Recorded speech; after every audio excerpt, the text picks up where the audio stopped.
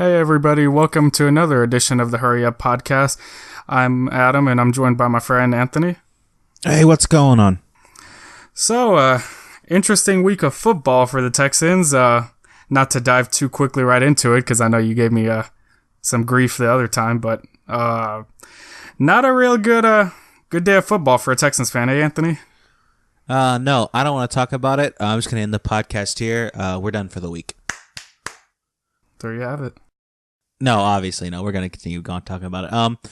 Yeah, it was a heartbreaking loss, coming off of a really good game. Of course, some terrible things that happened during the game itself, and we'll get into that more as we talk about the game and what went on. But just a terrible day for football for Houston. And then even that night, was that the same day that the Houston lost their first game of the series? The Astros, too? Yes, it was. Yeah, just an all around bad day for for Houston sports. Luckily, it kind of picked up with the Astros, but going forward, it will definitely be interesting about what happens.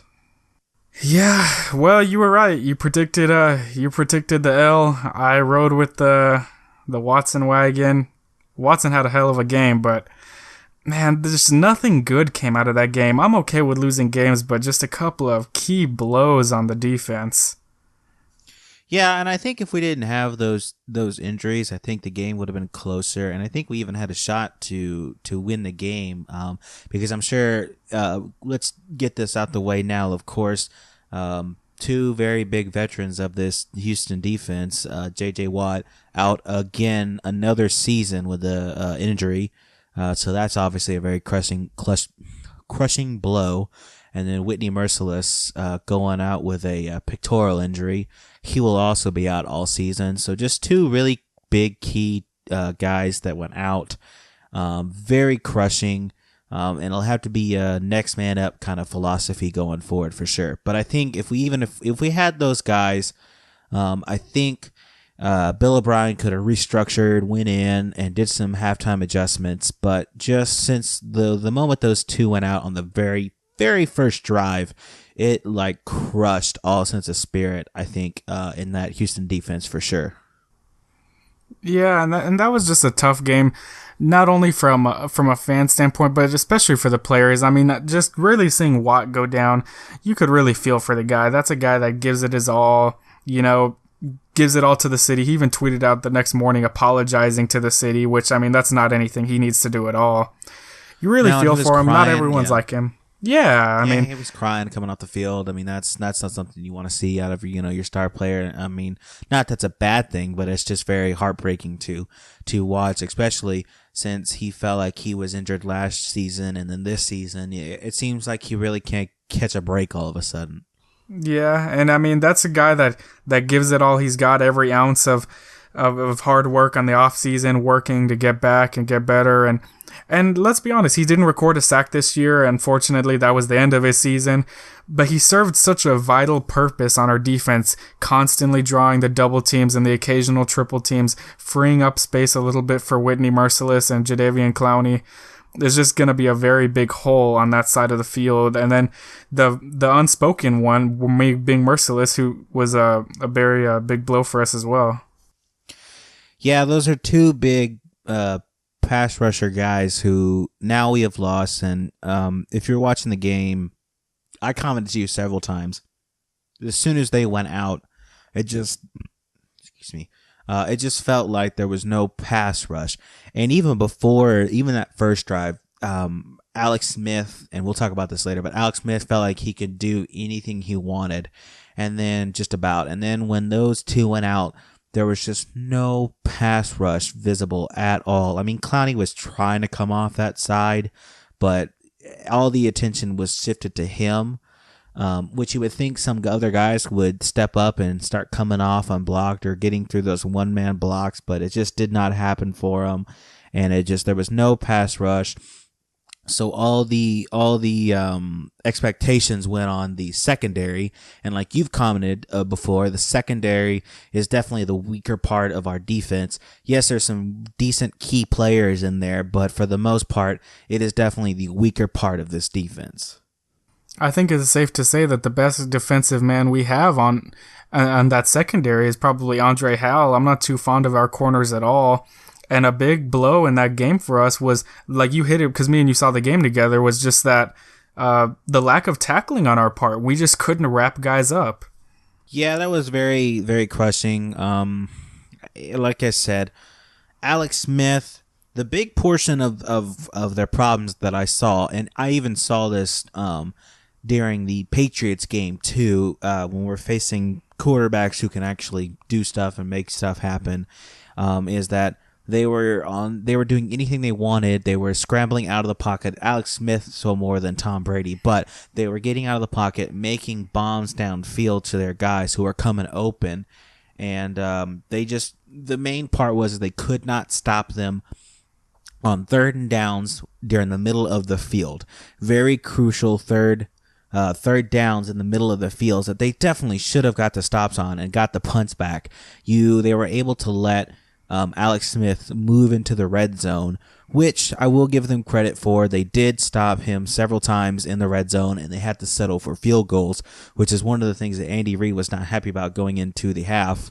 But they just could not stop them on key third downs in the middle of the field. I mean, well, that was something that was very draining on the defense. You could tell, especially towards the end of the game, that we were very much gassed. The Chiefs were 9 for 16 on third downs, very efficient. We were only 3 for 10. They dominated time of possession. They had the ball for about 38 minutes. We had it for about 22. So, I mean, it was evident in the struggles that we were able to get them to third downs pretty consistently, but we just weren't finishing drives. We weren't forcing them to punt too often. And yeah, it was great that we were able to kind of, hunker down in the red zone and we were able to make them settle for field goals. But I mean, early on, DeSean and the offense wasn't able to get too much going early. Yeah, he felt very flustered. Well, I guess we'll move from the defense to the offense, but he felt very flustered, I felt like, a few times. And I remember a comment that you made after the Kansas City Chiefs got that field goal, and it was 3-0, just 3-0, and you made a comment to me after one of the passes. He was trying to play hero, even though the game was so close, making some very poor decisions, throwing into double coverage where he probably shouldn't have. He felt like he was trying to make stuff happen early on, and he was jittery, and he wasn't getting set, and he wasn't very calm. Is one of the things I could tell during the beginning, which he did mellow out during the rest of the game, and he started connecting with Fuller on that very long bomb, very impressive too, right on the money on him, and then another Hopkins one, but he felt very antsy at the beginning. Yeah, and I don't know if it's... And this is a guy that is more than capable of playing in the spotlight. I mean, he's done it at the collegiate level. He's done it even with that Cincinnati game earlier in the year. He did settle down. I don't know what... He just seemed a little more riled up than he needed to be. He was kind of a little bit off, I guess, in the first quarter for sure. You're right, he did settle down, hitting Fuller deep, and he hit Hopkins for 3 touchdowns, so that was definitely a big game for him. I mean, he had pretty solid stats. I mean, 16 for 31. I mean, could be a little bit better. 261, 5 touchdowns. That's pretty impressive. But me and you both were pretty... I guess we were pretty much certain the game was over after Tyreek Hill had that return, and I guess we can touch on that a little bit later. But it was pretty impressive that Watson didn't wear down, didn't give up, didn't waver or anything, and he still kind of kept us in the game, made it look a lot more respectable. Yeah, the problem I have with this score is that it's very misleading. By all means, we should have lost that game by 2 possessions.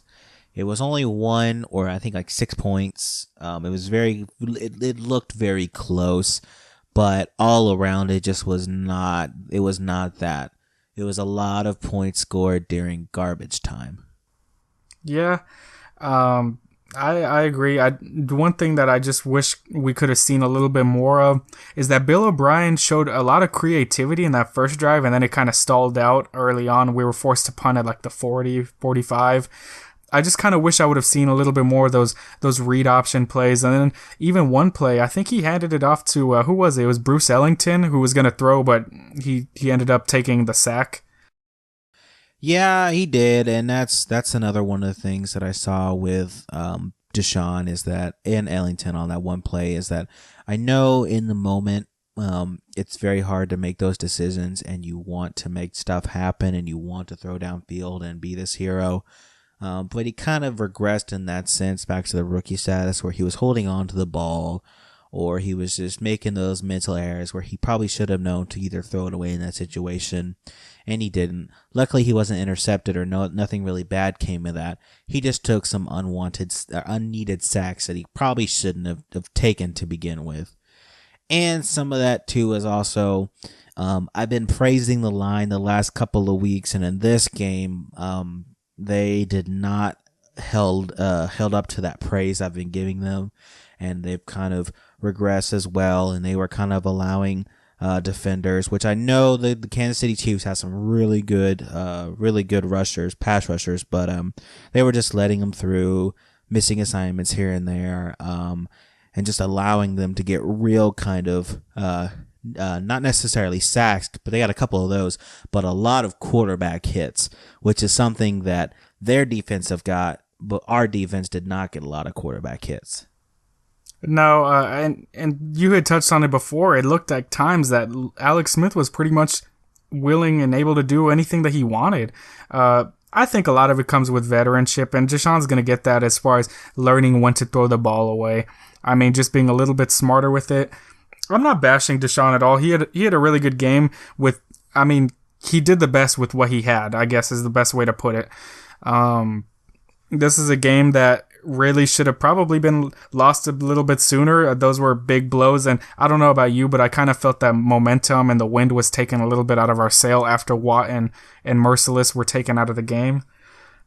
I can't praise enough that Will Fuller 48-yard touchdown pass. Just when he brushed off the defender, bought time, stood in the pocket, and stepped into his throw and hit him right on the money. Like the ball couldn't have been placed in a more perfect of a spot. It's just this guy has a really bright future. The line probably needs to be shored up a little bit. Well, we're also missing our rookie center that we also signed too. He was also out with an injury, so depending on how well he does in the future, he could be molded into that kind of defense or offensive line. Or you never know, Dwayne Brown might show up. Yeah, I mean, this does give him a little bit more credence for his decisions, right? I mean, now that they kind of regressed, I mean, we don't. Yeah, but it can't teeter-totter week by week. Oh, they did good. Oh, they didn't. Like, I mean. Yeah, I mean, this wasn't on the docket, but I mean, he's still holding out. He said by week 7, and it's week 5 now, going into the 6. So either that'll be wrapped up or it won't. I have no idea what's going to happen with that. I haven't even heard anything from either side about it. Yeah, I mean, that's a very good point. I just to kind of summarize the game a little bit. I wanted to touch on it. I said we'd come back to it. What did you think of the special teams unit, especially after Tyreek Hill has kind of torched us for the second time because he hit us in his rookie season in that playoff blowout? I don't know what it is about the Chiefs that makes our special teams look awful. I mean, granted, our special teams isn't like fantastic or great, but they've been doing okay the last couple games. So I don't know what happened this game that they kind of just fell all over themselves, letting him get that return for the touchdown. It was just mind-boggling, and even some of the normal punts back to him where he had to punt in the situations, they were still getting decent yardage out of that too. It's just all around. It was not a great game. Part of the pieces didn't help out other part of the pieces. It was just not a good game all around for sure. Yeah, I mean, and that's just one of those things where this is just such a simple issue, but guys just need to learn how to wrap up because that's not a problem that should be happening. I know Tyreek Hill is very good. He's very fast. He's got the speed, and he's shown us before. But it wasn't even just on that punt return or kickoff. Sorry. there was plenty of times where Alex Smith was, just handing it off. Akeem Hunt even had a couple of plays that we just weren't able to wrap him up, and they were making our guys miss. Yeah, just not a good football game all around for the most part. Some really good shining spots on that offense. But other than that, unfortunately, we got to move on to the next one. This game just kind of makes you feel like, though, as a Texans fan, that if it's not one thing, it's another. I mean, and I'm not saying that the defense is, it's just all downhill, but we finally are getting some life from this offense that hasn't seen any in a few years, and now the defense is kind of faltering a little bit. Yeah, I don't know what it is. I have no idea what it is. Life of a Houston fan. Mm-hmm. So now we're going to go into the Bull Rush segment, where we talk about some of the other teams in our division. Bull Rush. Well, Colts pulled out a close one in overtime against the up-and-coming San Francisco 49ers on Peyton Manning's retirement ceremony game. Jacoby Brissett, your boy, pulled off the W. What do you think of it? They should have lost that game. That was by all rights San Francisco's game to win. I don't know what's going on with San Francisco. I guess Kyle Shanahan can only do so much with the pieces that he's got right now, and really all he can really do with Brian Hoyer right now. Carlos Hyde also did not have a good game either, so they didn't have a good running or passing, really fantastic. But the Indy should have lost that game. I mean, it's a game that sucks that they've won. I think they're at the bottom of the AFC South, so I don't think there'll be too much of a problem right now. I want to say they're tied with us. They're tied, but I think they're at the bottom. I think in the actual official standings, they're at the bottom.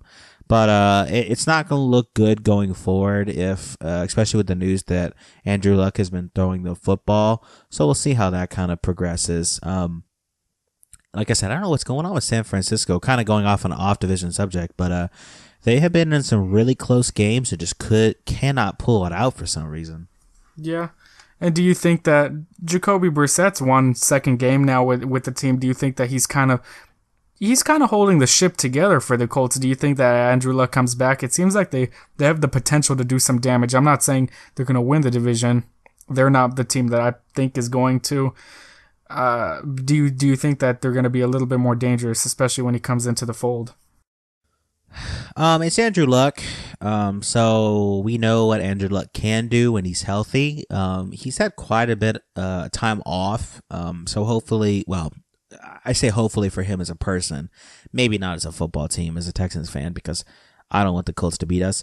But if you're an Indianapolis fan, you're hoping that he comes back really healthy and coming back prime Andrew Luck. And when he's like that, he can do damage. He can show it.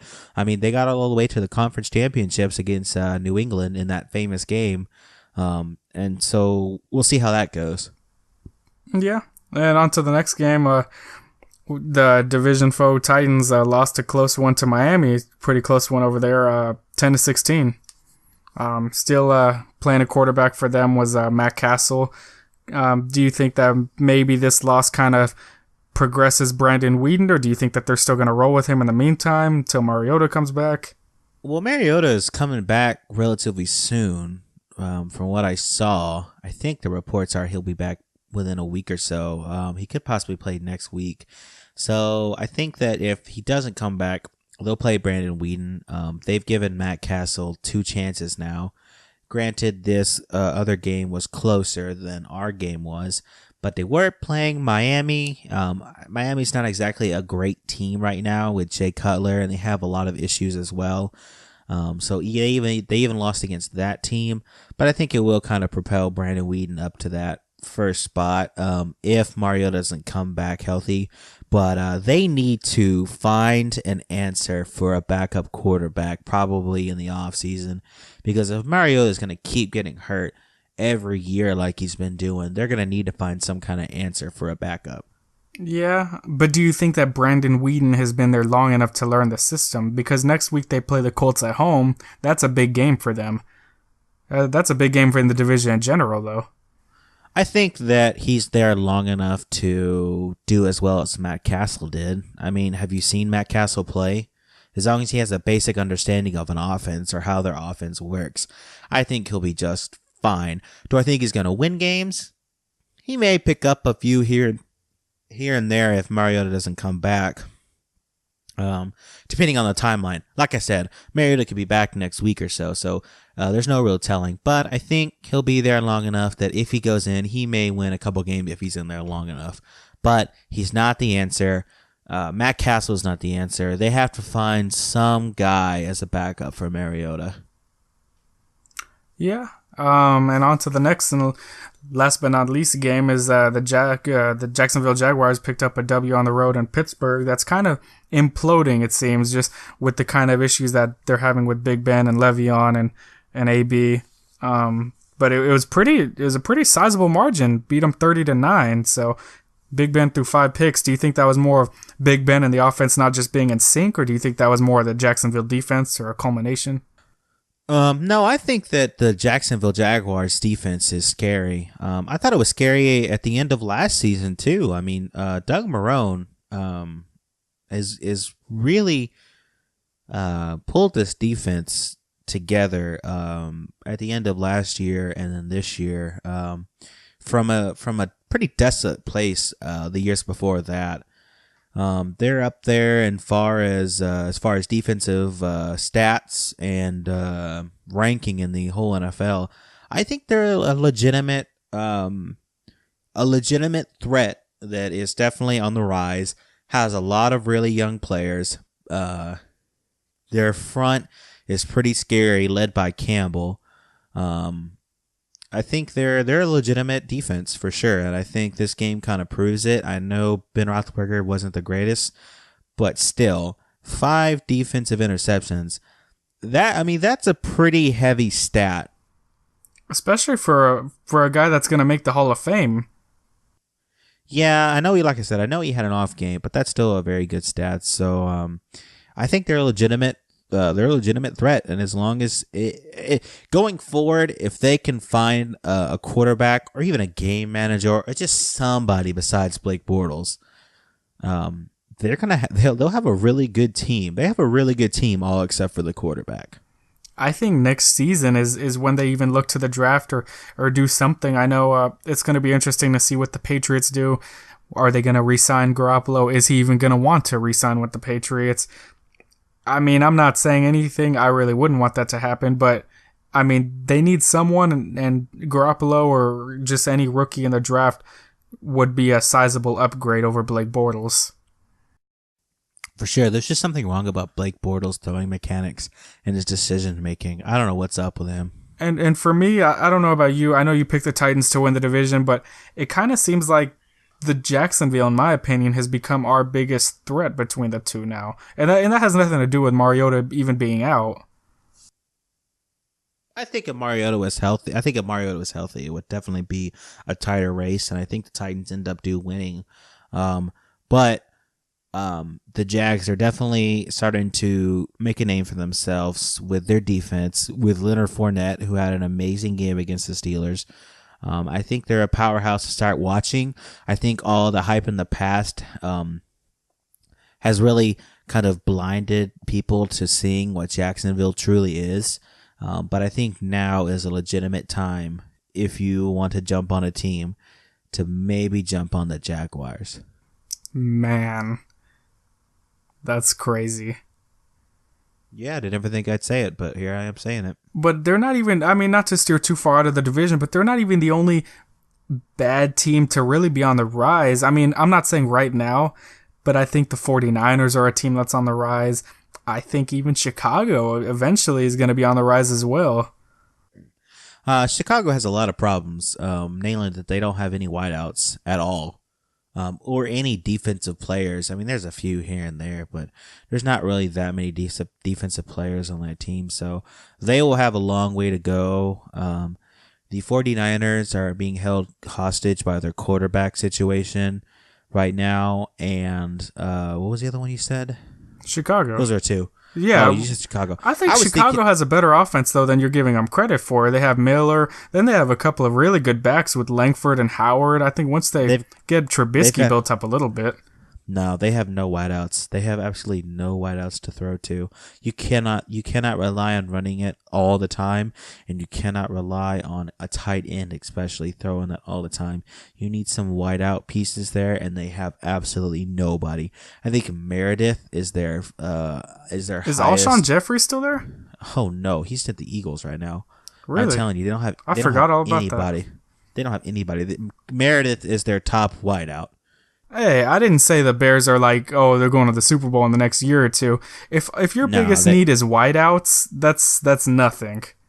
That's not their biggest need, but that's a real big hole.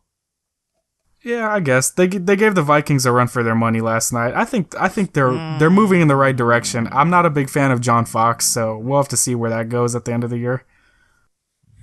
I don't believe in the Vikings either, so I think that last Monday night game was not a great game. Not a great game. A lot of primetime games have been bad, especially Thursday night. But that's always been a debate. Yeah, well, it's been a real problem the last couple of years, so I don't know. But I think that kind of concludes Bull Rush. I think any closing comments or anything? No, let's move ahead towards this next week. So a couple of actually before we talk about that, before we talk about next week's game, let's talk about some people that may or may not affect next week's game. They probably won't, but we got to talk about it. As is recording this, the Texans sign Kendall Langford and Lamar Houston, two veterans that have been in the league for a while, that are out on the streets for a reason, but maybe they can help us out and help Clowney out a little bit. Well, the biggest highlight of Lamar Houston's career is that he tore his ACL celebrating in 2014, so hopefully he's settled down a little bit since then. That's not true. I mean, Lamar Houston had a 20-some-odd sack season with the I'm not Oakland calling him a Raiders. bad player. I'm just saying that that's not something you want to brag about, though, either. No, I mean, that's the problem that Lamar Houston has always had is that ACL. That's been a real problem with him. And also, I think that I don't remember if it was him or Langford, but somebody, I was telling you, one of them failed a physical. No, excuse me. Lamar Houston, Langford. Langford was on the Colts. He then got picked up. Was in cut on August 9th and then failed his physical, and then he was signed by the Saints in September, and then he was released. So Kendall Langford has had an interesting career, and he's older, on the older side. He's 31 years of age and has only had 22 and a half sacks, which I say only because it's really hard to get sacks in this league, but he is definitely not a superstar, but he's just somebody that's going to help Clowney in next week and hopefully try to build up some more pressure, hopefully. Yeah, and I mean, I was telling you this right as we were leaving after watching the game last week that something needed to be done. I was saying trading, but even free agent pickup, something needed to be done. There was just too big of a hole on our defense, and you could just see that Clowney, they were just able to, the Chiefs were able to emphasize on Clowney that much more. Something needed to be done. I'm pretty happy with the signings because we needed something. Yeah, it's just two really older guys that'll probably be cut by the beginning of next year or probably the off season. But for right now, they're gonna plug a hole and they'll do their jobs. They'll be helping out. I think that really they'll be secondary guys because you want to give your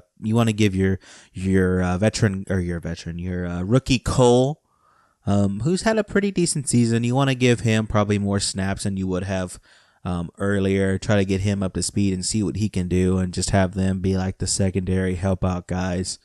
But at least it's something to try to fill that gap that they Merciless and Watt have left. I like Dylan Cole. He had a few tackles. He has a good story behind him. Undrafted free agent, and like I think you even mentioned too about maybe building up Brandon Scarlett a little bit too. So I'm sure those two will see a few more snaps, and probably just because they know the defensive scheme just a little bit better. But yeah, we'll see. Do you think any of them gets any action this week? Oh yeah, for sure. They got to get some action. I mean, you can't have Cole and Scarlett taking all the snaps. You got to give them rest. So I think they see action for sure. Do I think they'll be great? Probably not. They probably won't do that much. At most this week, they'll probably just be another body being thrown at a team, which is not necessarily a bad thing considering that next week we play the Browns, and we play the Browns at home, so that's another big advantage. That's two big advantages. But I think they'll just be another body to be thrown at that offensive line. Yeah. So I guess moving ahead towards this next upcoming game against the Browns, what do you think? A couple of rookie quarterbacks going at it. Of course, I favored DeSean more, but DeShone Kizer hasn't had too good of a season from what it seems. With all the free agent signings, I don't know too much about how Njoku's doing and how Jabril Peppers is doing, but I know they had an okay draft. How do you see this game panning out? Well, I see a Texans win. It's hard to say. Out of all the predictions, this is the first one. It's not that much of a surprise. It's hard to see a Browns team winning at all. Yeah, they're gonna win a game, or maybe two, but I have a hard time believing that they're gonna sink that low. I think DeSean has enough in him to pull out a big win against a middling Cleveland team. It's very weird because the Cleveland Browns have had a very weird season. They have been on a really high slope at the beginning of the season, and have just slowly started to sink downwards. They had a really good opener, and they were really good at the beginning, and now they're starting to slump down. So we'll see where they're at. Kaiser's raw. He's a really raw talent. He's what I thought Watson would have been starting as a rookie. A lot of good qualities that you could see them maybe building upon, but still very rookie-ish. And I keep saying the word raw, but just a very overall player that needs some polish and will need a year or two to really step up in his own. And the same thing kind of like with the Bears for the Cleveland team is they just have no wideouts. They had Pryor. They released him. Or no, they had Pryor. Yes. No? Pryor? No, Pryor's on the Redskins. No, they had him. They had him. Yeah. They had Pryor. They released him due to reasons.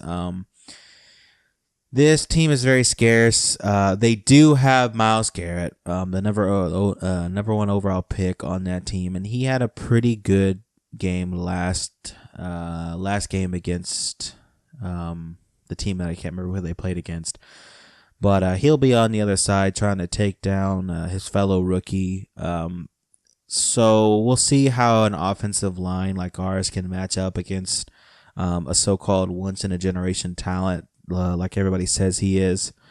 I feel like people stress that terminology though a lot. People say that about Clowney. I hear that a lot. Once in a generational. People say that about Andrew Luck too.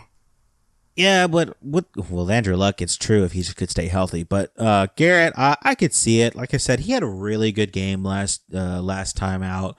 So we'll see how he does against a defensive line or offensive line. It'll be an interesting game. I think it'll be a bounce back game. They played the Jets, right?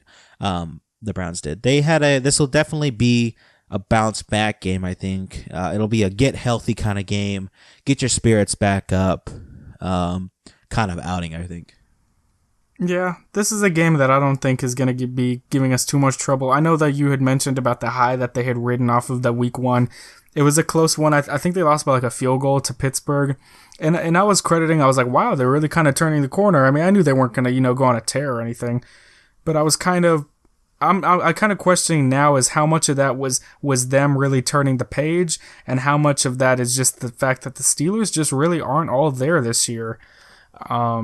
This is a game that... Well, go ahead. Well, they were there. The Steelers were there at the beginning of the season. It was a very tough match, and it was the Steelers were the Steelers at the beginning of the season. And then they almost beat Indy, and then they lost to Baltimore pretty bad. and lost to Cincinnati. Like I said, they've been on a downhill slope. Were they? So it's been a very weird season. Huh? Excuse me? The Steelers? What? You're saying that the Steelers were on a really, really good tear at the beginning of the year? No, the Browns were okay. I'm sorry. But they had a really good start to a season. Oh, okay. I thought you were talking about Pittsburgh. I was like, Pittsburgh has been bad this year. No. I was talking about the Browns. Oh, okay. Yeah, I got you. I think I kind of was questioning. I mean, you do what you got to do if you're the Cleveland Browns, but I kind of assumed that Cody Kessler was just going to get the start to begin with. In my opinion, for me, I think they kind of rushed Kaiser into it when he didn't need to be rushed into it. Yeah, that's one of the things I was worried about Watson, but we'll see how that goes. You really can't redshirt a quarterback anymore in this league. The one thing I do want to put like an emphasis on this game, one thing I want to stress is that Isaiah Crowell has actually had a pretty sneaky good season. Actually, it's been pretty decent. So, stopping the run is probably going to be a real kind of thing they need to watch out for sure. I mean, the Browns have 446 yards of rushing, and a lot of that has been in Corral. So, he has had a pretty good, he's had 62 attempts for 194 yards. Which is a pretty sneaky good season. So that's one of the things they're definitely going to have to watch out for going into this game. So you want to make your predictions for this week? I'll let you go first. Oh, okay. I don't see this being as... Yeah, it's going to be a bounce back game by virtue just because we lost it last week. I see this being a pretty easy win.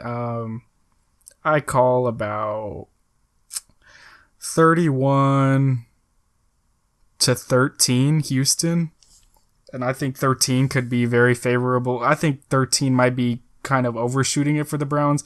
I mean, man, look at the numbers. DeSean Kaiser is 81 of 159 on the year. DeSean's 90 of 145. He hasn't hit 1,000 yards yet, and he started all 5 games for the Browns. DeSean's already hit 1,000 yards. He's got 3 touchdowns on 9 picks and a QBR of under 50. DeSean's 12 of 4 with QBR over 100. I think this is a game that Deshaun Watson very easily is going to win on his own. Yeah, the defense is... Our defense, with the blows, and Lamar Houston's going to be there. Kendall Langford's going to be there.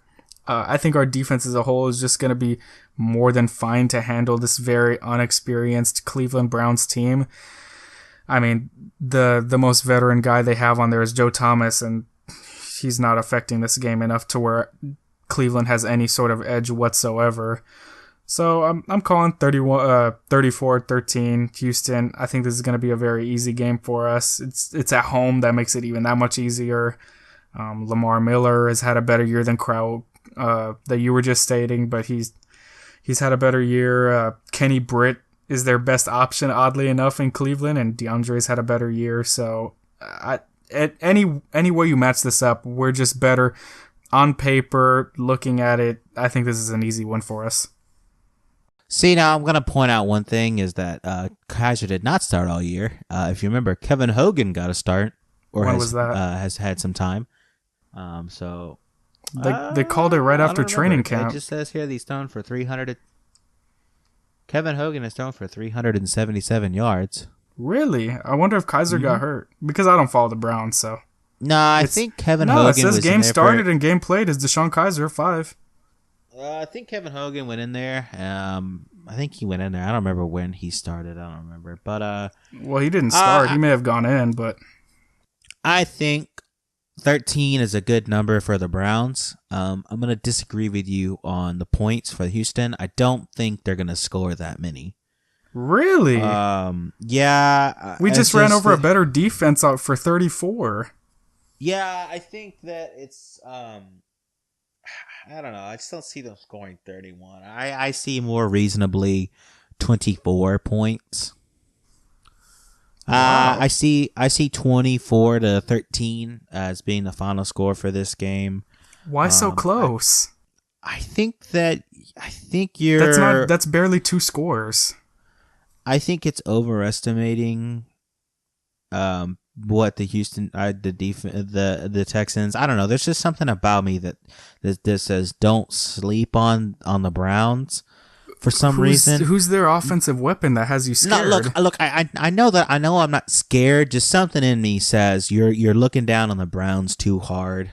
I don't think they're a good team, but I think if you look down and just say, oh, they're the Browns, I still think they can give you not a run for your money, but I think there's something about being too not cocky, but overlooking.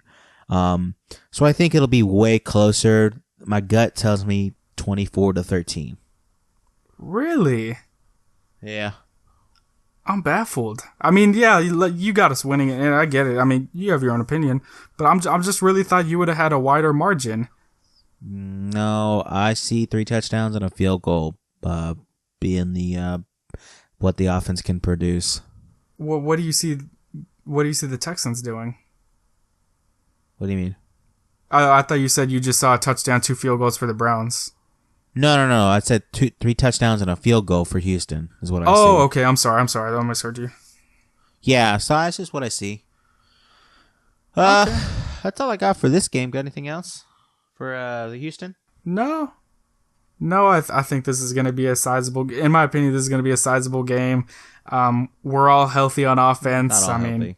Our offensive line is going to be fine. Healthy. We're still missing Braxton Miller, who's been inactive for the past 2 weeks. Yeah, but you just said we're healthy. We're not all healthy. Just saying. Braxton Miller? You're talking about Tyler No, Ervin? we don't have Braxton Miller either. What did Braxton Miller do? Nothing. He's out. That's what I'm saying. I don't know. He was out last game too as an inactive. He's healthy though, dude. Yeah, but he wasn't playing last game. He's inactive because we have Bruce Ellington, Will Fuller, DeAndre Hopkins. Yeah, but we have too many people. No, I'm not yanking your chain. I swear. Like look it up. Like it's a thing. Like he's healthy. All right. I'm just saying he's inactive. Just saying we don't have a guy that we drafted to be the third guy. Just saying. Well, we just cut Jalen Strong, so at that logic, no. We drafted them both in the 3rd round. Yeah, I believe we're all healthy on offense aside from Tyler Ervin. I mean, he's special teams guy. I think the defense is going to be a bigger blow, but I think this is going to be a much needed recouping win. I don't know about you. I mean, I think this is something that we need as a whole, just especially with how poorly that week went. I mean, that was a very much a nightmarish game for us against the Chiefs, but no, that's all I had to say for this upcoming matchup. By the way, he wasn't healthy last week. He just got active as of Sunday night, Monday morning. What does he have? Broken collarbone. Really? Well, I don't see that. Oh, no, excuse me. That's Will Fuller. I don't know who you're talking about. No, sorry, that was Will Fuller. Braxton Miller is healthy. I thought he was. CJ Fedorowicz, I'm sorry. We're not 100% healthy. CJ Fedorowicz is hurt, yes. But he's the only injury we really have on offense. I mean, we have Greg Manx. And our center, Kyle Fuller. Yeah, you're right, Kyle Fuller. But yeah, no, Braxton Miller is that's what I'm saying. It's been pretty controversial, is that Bill O'Brien's been making him inactive, but he's been healthy the past 2 weeks. That's what I'm saying. It's kind of crazy with how young he is too. Yeah. It just shows that how much Bruce Ellington, I guess, has passed him on the depth chart. I guess. But they have Thompson playing in over him too, which is pretty interesting. But no, that's all I got for the Texans this week. Okay, so some big news in Houston, Anthony. Did you see any of the games? I saw the game in which we lost, and I saw the game in which we officially took the 3-game win. Okay, so you saw both the Boston games, the 3 and 4. Yeah, I wasn't able to catch the Houston games because I was busy working, but I did keep up with the scores for those 2 games. Yeah, and no, this is a big win. At the time that we're recording this podcast, we don't know who's going to win.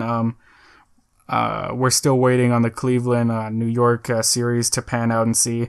For me, I would much rather see the Yankees. I think we're a more favorable matchup against the Yankees. We'll have home field advantage if we play the Yankees. Yeah, but I saw an interesting article that said we may not want to see the Yankees because the bane of our existence has been fastballs and really speedy, really fast balls from pitchers, and the Yankees' lowest pitching speed has been about 94, 96 miles an hour.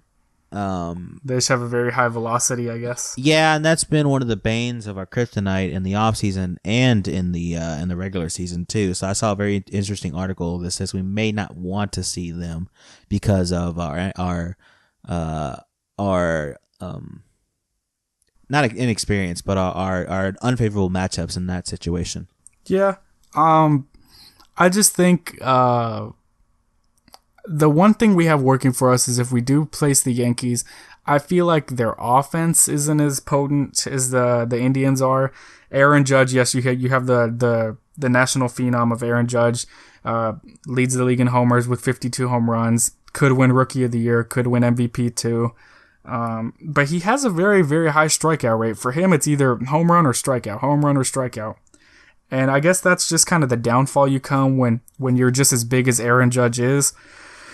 This is a game that I think is, for us, I think would be a more favorable. I get what you're saying, the velocity, and maybe we're just not ready for that kind of speed just with Severino and with Betances and with Chapman too, who's been clocked at throwing 104 in the regular season. So that's a pretty valid point.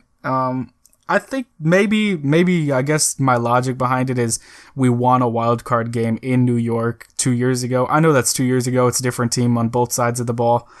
I just think that maybe we might be okay just because of the familiarity, because of the core of our team is still on the roster that was from the 2015 postseason run. I mean, we still have Springer, we still have Altuve, Correa, Keuchel. I thought it was pretty interesting how our series ended. For me, I would like to see them over in Cleveland, but I wouldn't be shocked either way. What did you think of that last game? Did you see that they put in Verlander in relief versus Chris Sale? Yeah, see, I don't know the strategy of that. I don't know if it was just to throw them off or if it's just you didn't. I have no explanation. Has there been an explanation given? I think part of it is just baseball, the verbiage of it just in the postseason has just changed so much in the past couple of years because every single game is like live to see another day. And the Bostons were facing elimination. I mean, it's win or go home. If you don't win, you're not gonna be able to show up at the ballpark tomorrow. So I get them throwing Chris Sale in. I was kind of surprised to see manager AJ Hinch put Verlander in for us because it wasn't a must-win game for us. I mean, we needed the win. We didn't want to go back to Houston after losing 2 straight. The momentum would be in Boston's favor.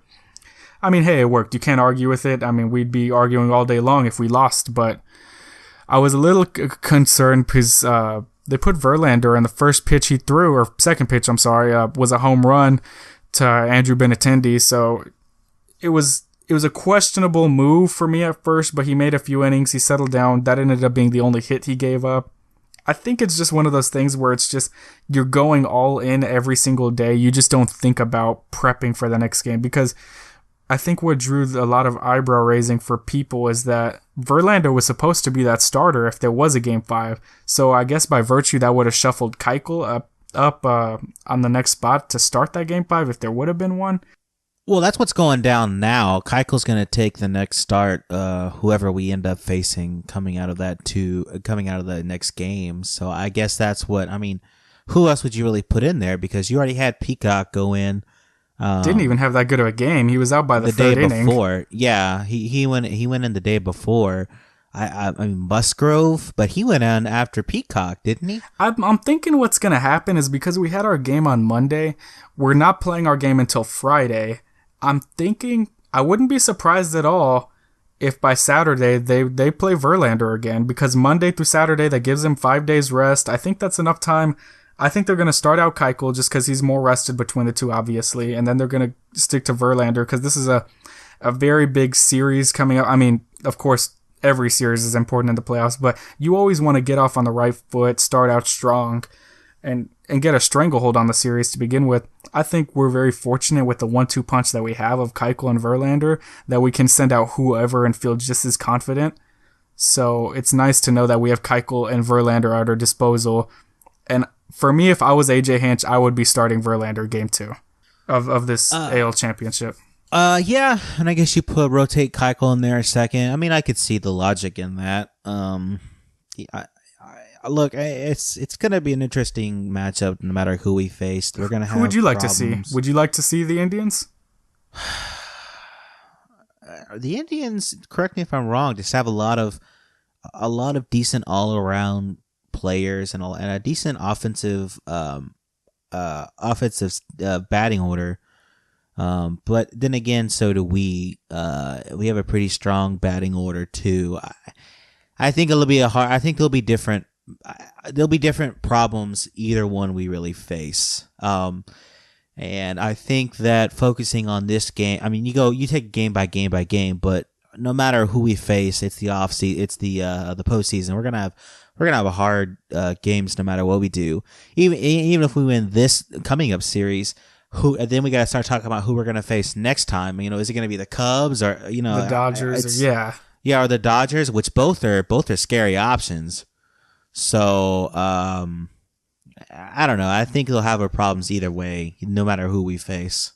I think like you though. I think even though there was that about the velocity, I think we may have a better time matching up against the Yankees. I think, and don't get me wrong, baseball's one of those sports where if you just, even like football, you get hot at the right time. I mean, we've seen the New York Giants do it a couple of times and then just skate their way to the Super Bowl and then win it. I mean, that happens a lot with just any sport in general. You just get hot at the right time, and then that's all it takes. The Yankees weren't even supposed to be a playoff team this year. I think that's maybe why mentally for me, I would rather see them. The Cleveland Indians were the number 1 seed in the American Conference. So I think for me, they were in the World Series last year. I think maybe it's just the Indians are a little bit more intimidating. They lost Edwin Encarnacion. I don't know if he's going to be back for the series or what's going on with that, but that's a huge bat taken out of their lineup. So that would give us the edge should we see them. But either way, like you put it best, I mean, this is playoff baseball. Both are going to be coming out swinging for their lives. I mean, we get who we get, I guess, and you just got to make the best of it. Yeah, but I guess because I'll try to make a prediction. I mean, I know it's kind of unfair because we're not going to record until the series is already going to be in. But I'm thinking if we play the Yankees, because this is a best of 7 now instead of the best of 5 or best of first to 3. I'm sorry for the ALDS. I think if we play the Yankees, we're gonna win that series 4-2. And if we play the Indians, I think we take that series 4-3. I think that series could go to 7 games. Just for me, I think the Indians are just going to be a harder matchup for whatever reason because they gave us fits in the regular season too. I think we only beat them 1 or 2 times. They had our number for the most part. So I see that's how it's going. I'm not trying to brag, but I predicted the ALDS right. I said we would win 3-1 over Boston. We did. So that's how I see it panning out. It wasn't that hard to pick, though. I mean, hey, I could have said the sweep. Yeah, but it's hard to get the sweep. You got to at least give one, so it's not that hard to predict that. But okay, yeah, big shot. Let's see you predict. If we play the Yankees, what would it go down to? I think you're right on the money. I think 4-2 is probably a pretty good vision on that one. As far as like the Indians, I think, yeah, probably come down to Game 7, depending on how good our pitching is doing. I think you got it right on the money. I was just giving you a little trouble. Oh, I get it. No, so for me, that's how it comes.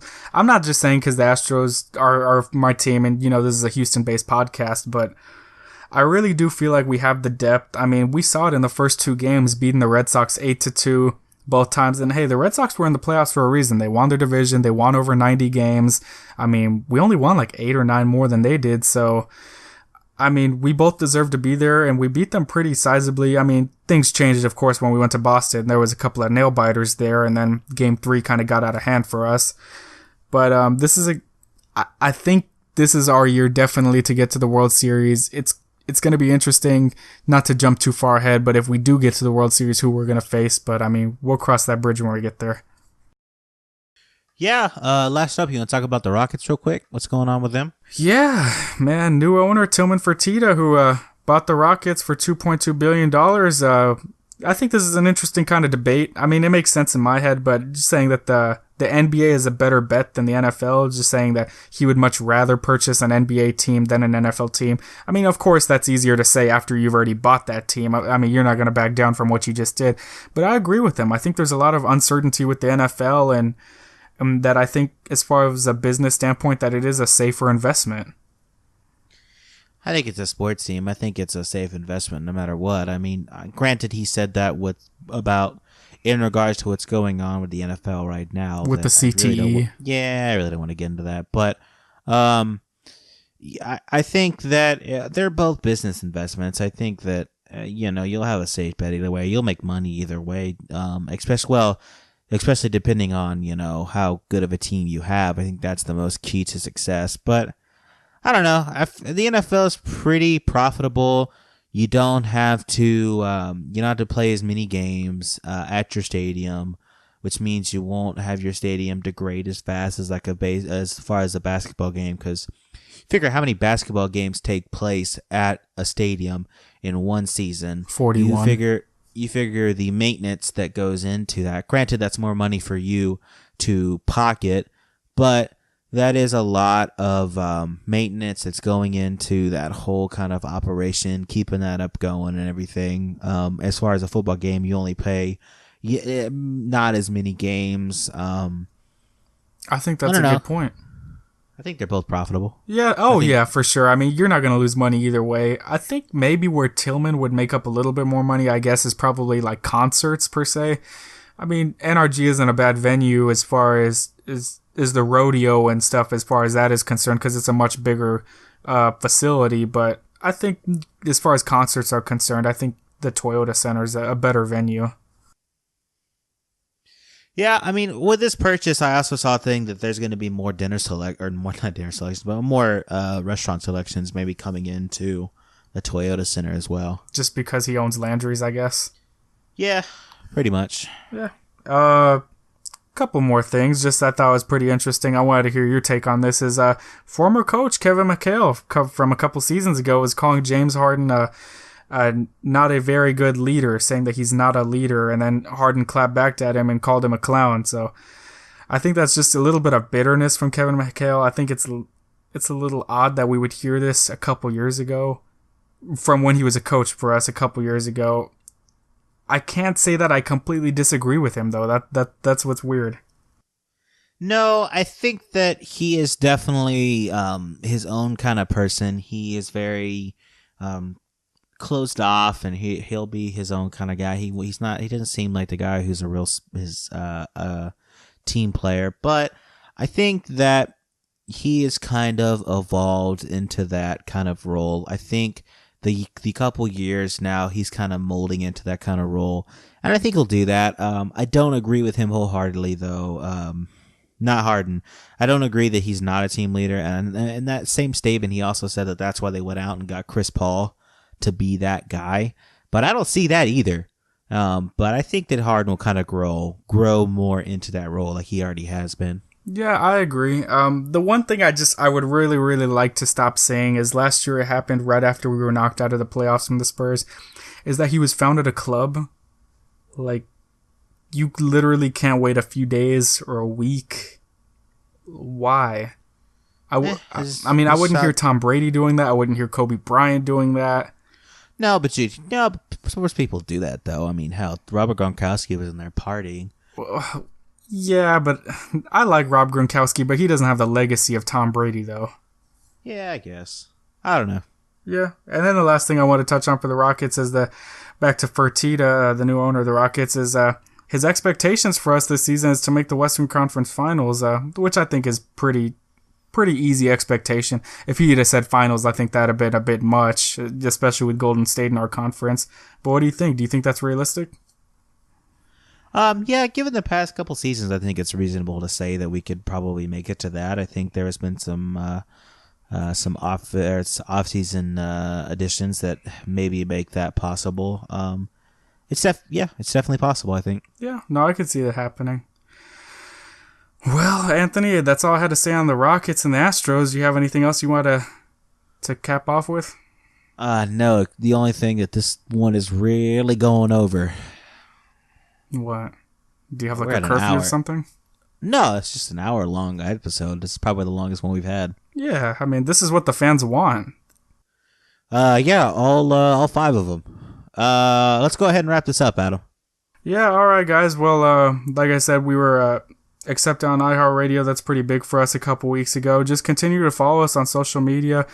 Follow us on Twitter at _HurryUp. Like us on our Facebook page at the HurryUp, and just keep it up, guys. I mean, we're trying to get a bigger following, and we really appreciate any and all the support. And if y'all have any comments, suggestions, just hit us up on social media, and we'll respond and try our best to make that happen. But we really want to hear some feedback. Yeah, thanks, guys. Thanks, guys.